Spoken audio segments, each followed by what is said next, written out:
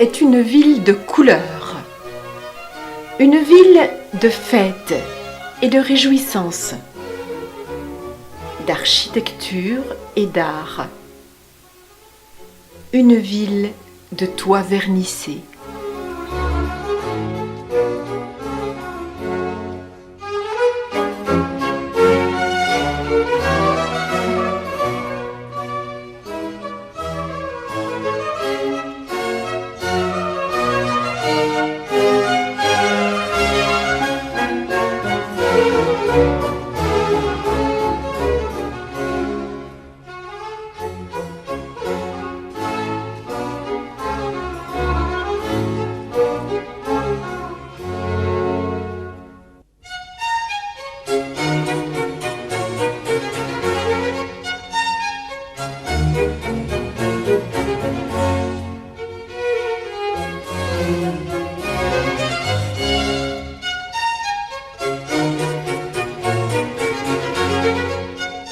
Avant d'aller faire un tour dans le vieux Dijon, jetons un petit coup d'œil sur la statue d'un enfant célèbre de la cité, Jean-Philippe Rameau, et sur les églises Saint-Michel, à la somptueuse façade Renaissance cachant une nef gothique, et Saint-Étienne, actuellement siège de la Chambre de commerce et où fut baptisé le petit Rameau.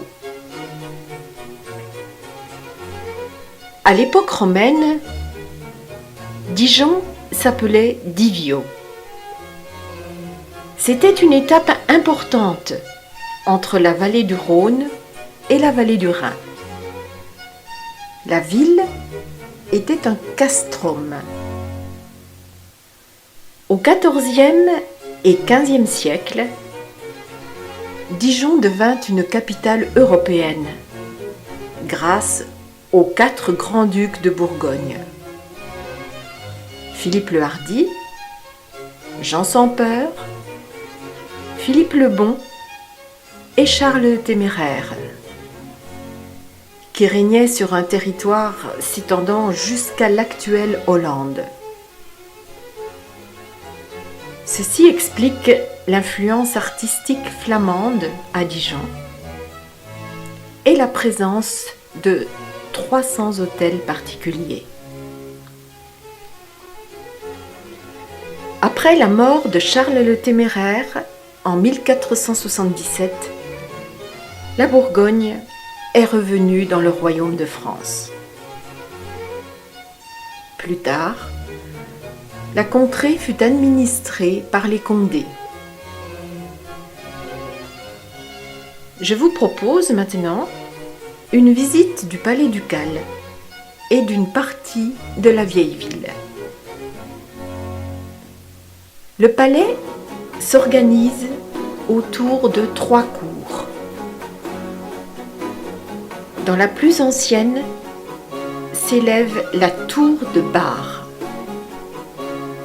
C'est là que fut emprisonné René II d'Anjou et comte de Bar. Cette tour date du XIIIe siècle. À côté trône la statue de Claus Sluter, le grand imagier des ducs.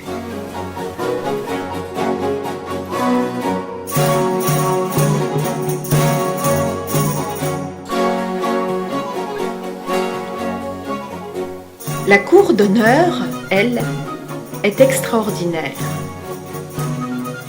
car Hardouin Mansart a réussi à plaquer une façade classique sur un palais gothique du XVe siècle. Cette façade, ainsi que la place en rotonde qui y fait face, ont servi de cadre à une statue de Louis XIV jusqu'à la Révolution. La 3e cour peut être appelée cour des 3 Louis, car elle est composée d'une façade Louis XIV, d'une façade Louis XV et de 2 façades Louis XVI. La partie Louis XIV est le côté extérieur de l'aile classique. La partie Louis XV abrite le somptueux escalier construit par Gabriel pour servir d'apparat aux impressionnantes processions des membres du Parlement de Bourgogne établis à Dijon au XVIIe siècle par les rois de France.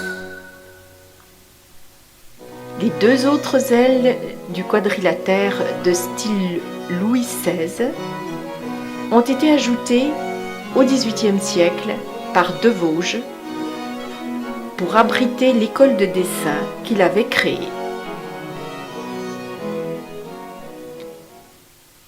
Partons maintenant dans la vieille ville. L'arrière du palais des Ducs est bordé par la rue des Forges. Les nobles, qui étaient souvent vicomtes Mailleur, c'est-à-dire maires de Dijon, ont construit des hôtels somptueux pour montrer leur puissance. C'est le cas de l'hôtel Chambellan, qui est une merveille d'architecture de pierre et de bois du XVe siècle.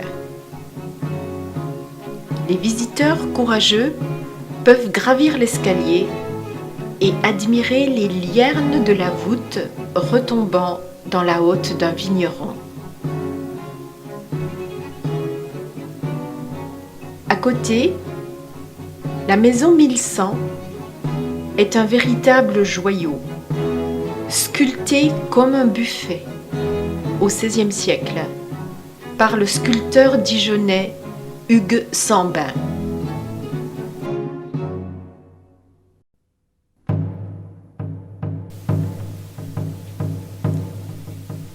Et maintenant, nous voyons avec l'hôtel Aubriot un exemple typique et rare d'une architecture civile romane.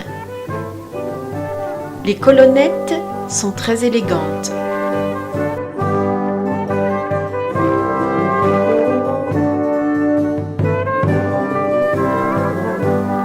Le portail a été rajouté au XVIIIe siècle par le père d'un poète dijonnais, Stéphane Liégeard, qui a inspiré le personnage du sous-préfet Auchan dans les lettres de Montmoulin d'Alphonse Daudet.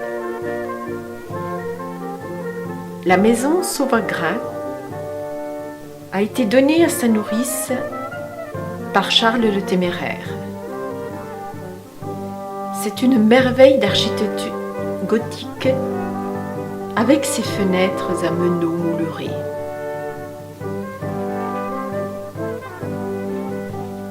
Nous arrivons maintenant à la place Rude, que les Dijonnais appellent place du Barrezet, en raison de la présence, sur cette place, d'une fontaine représentant des hommes foulant la vigne et qui ont de ce fait les bas rosés.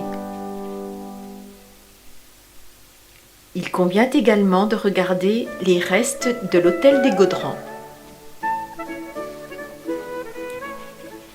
Nous empruntons ensuite la rue Rude, où nous voyons la maison natale du célèbre sculpteur de la Marseillaise, bas-relief de l'Arc de Triomphe de l'Étoile. Son père, qui était forgeron d'art, a placé sur le balcon ses initiales entrelacées, Antoine Rude.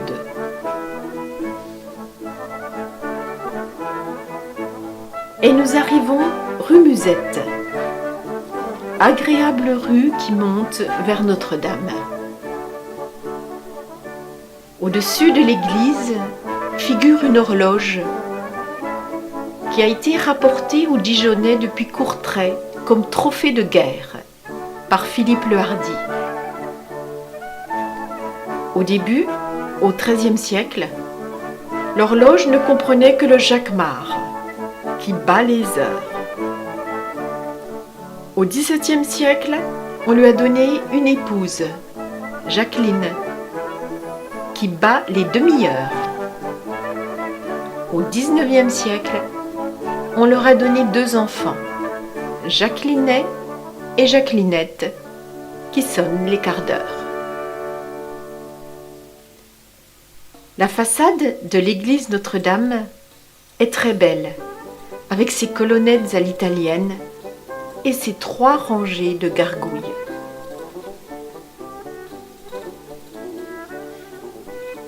En face de l'église se dresse une maison d'Hugues Sambin, dont la façade abrite une vierge, que les Dijonnais appellent Notre-Dame de la Galette, parce que cette maison fut le siège d'une perception. Nous nous engageons alors dans la ruelle qui longe l'église. Sur un des piliers est sculptée une chouette. C'est le talisman des Dijonnais, qui la touche de la main gauche, la main du cœur.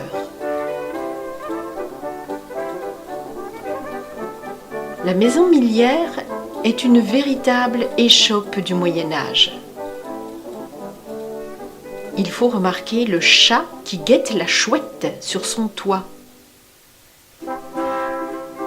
Et les 2 geais entrelacés, dos à dos, au-dessus de la porte d'entrée, qui évoquent les prénoms des propriétaires des lieux, Guillaume et Guillemette.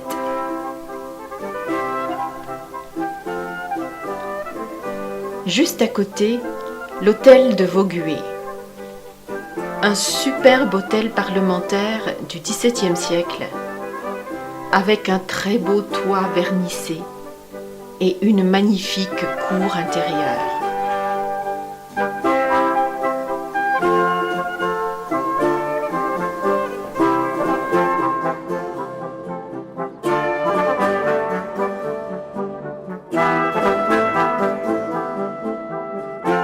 Avant de quitter la rue de la Chouette, il convient de se retourner pour admirer le chevet de l'église Notre-Dame.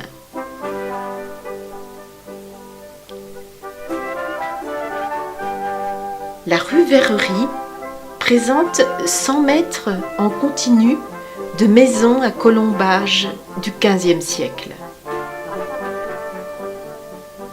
Une poutre sculptée au fronton de ces maisons représente des détails pittoresques et vivants de différents métiers.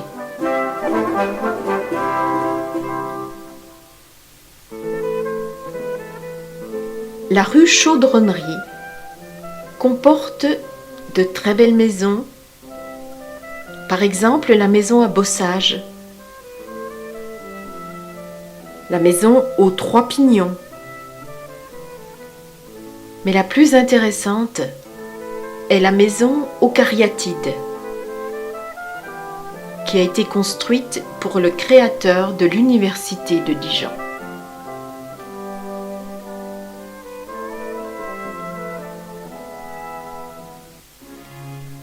La cathédrale est une merveille.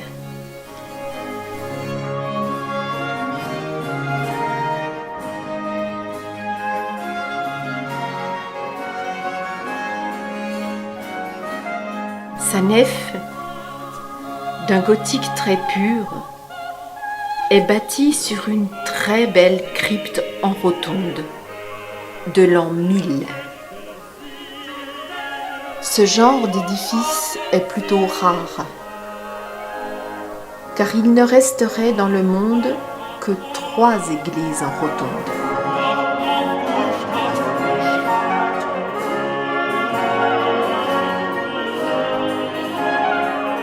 Il convient également d'admirer dans la cathédrale le superbe orgue historique, construit au XVIIIe siècle.